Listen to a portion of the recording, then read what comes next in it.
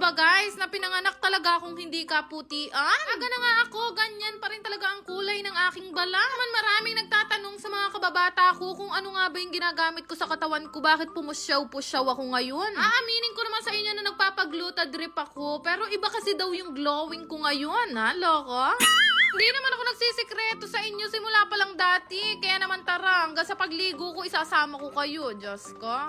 Ito naman, sabon reveal naman ang gagawin natin. Ito nga yung ginagamit ko ngayon, itong beauty wine. Nahiyang ko to, ilang weeks ko na rin tong gamit at nakita ko talagang may changes sa skin ko. Kasi sa Glutadrip at sa mga iniinom kong collagen o pampafresh, importante din na meron tayong ginagamit na magandang sabon. Hindi man ako kaputian ng sobra at kakinisan, pero masasabi kong pwede na akong ipanlaban, ha?